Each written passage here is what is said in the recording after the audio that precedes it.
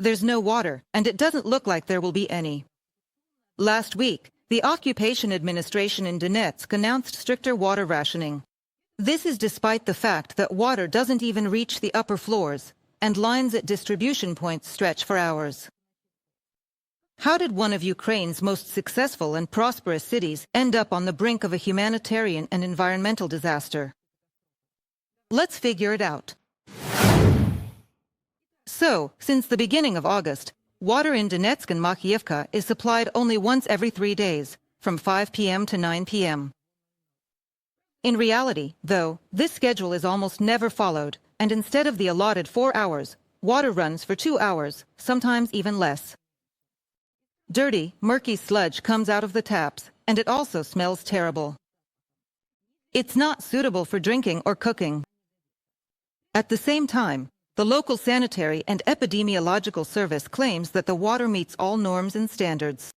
On social media, people post videos showing how they have to purify the water using filters and special tablets, or even collect rainwater from puddles and storm drains.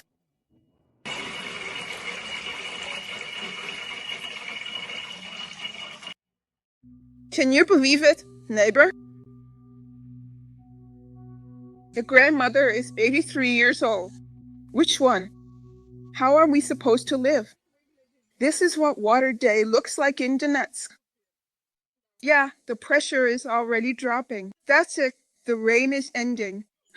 All the buckets are full. Not bad. At least we can flush the toilet.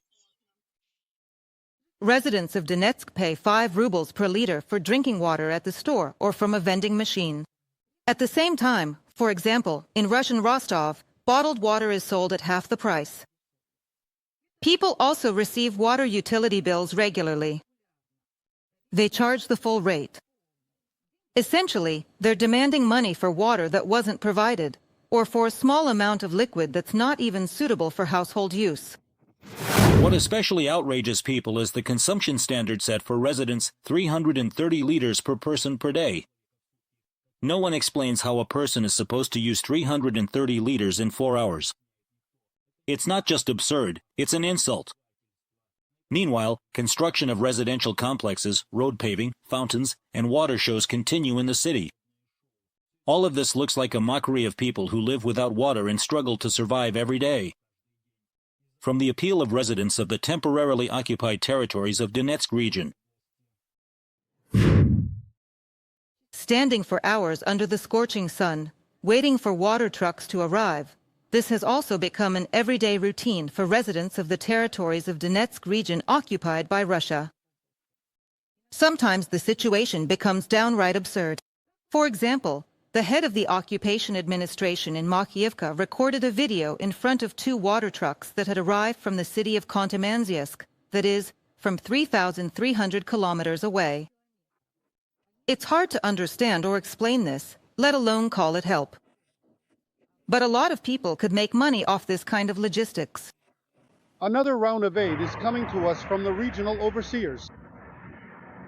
This one's coming to us from Yugra, the Kontamansi Autonomous Okrug.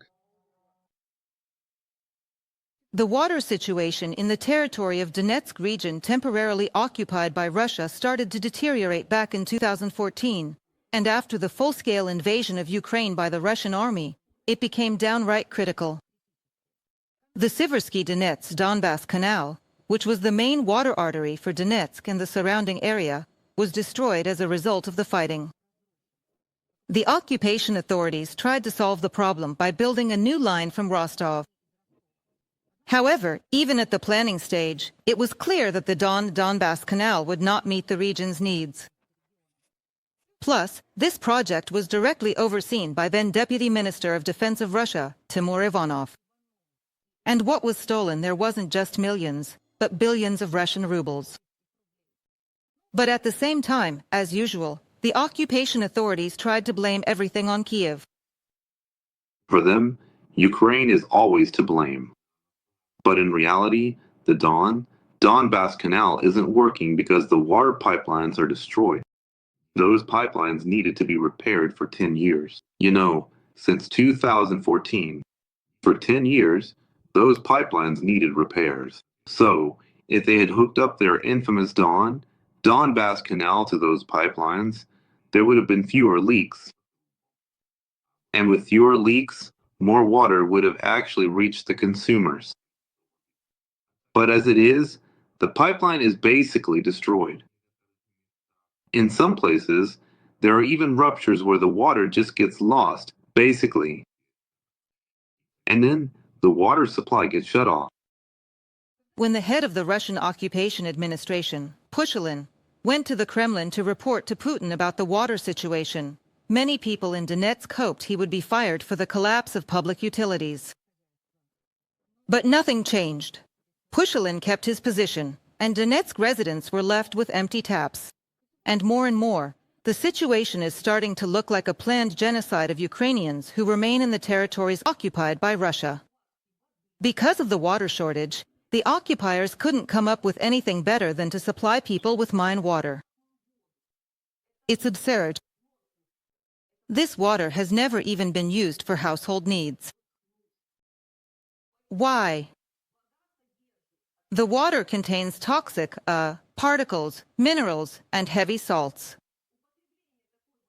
Using this water even for household needs causes people to get hepatitis and aggravates chronic illnesses.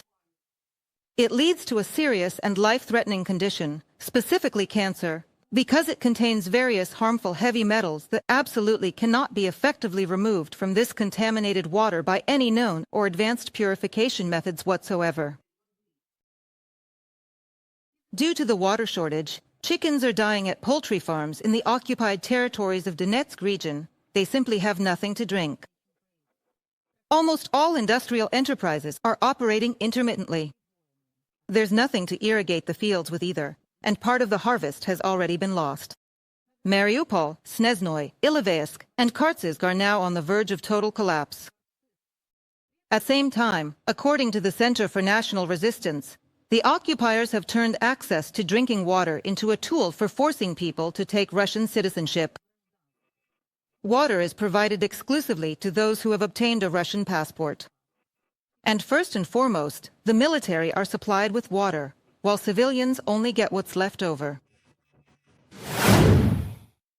Russia is creating and provoking a water crisis in the occupied territories of Ukraine, and Russian troops are using water infrastructure for military purposes. The water crisis is a direct result of the Russian occupation of Ukraine and, as a consequence, the destruction and mismanagement of water resources, and it is also a clear violation of Russia's international legal obligations. From a report by the Institute for the Study of War. And this situation on the occupied territories isn't just about water. For example, last week in Makiyevka, a school in the city center suddenly collapsed. It was only because it's currently school holidays that no one was hurt. But the most interesting part is that the school had just undergone a major renovation, on paper, but in reality, almost all the money was stolen. Before 2014, the cities of Donbas took pride in their metallurgical, chemical, and machine-building plants. The mines were operating, new roads, schools, and hospitals were being built. Donetsk was a modern metropolis, huge malls, hotels, business centers, theaters. For Euro 2012, they built an airport here and the world-class stadium Donbas Arena. Thousands of students from dozens of countries studied at Donetsk universities. And people from all over Europe would come to Philharmonic concerts. Now, the city occupied by Russia is left without proper water supply, with destroyed infrastructure and a massive outflow of residents, including specialists. But the main problem people are worried about is how to survive the winter. There is less and less water every day, which means the heating season is at risk.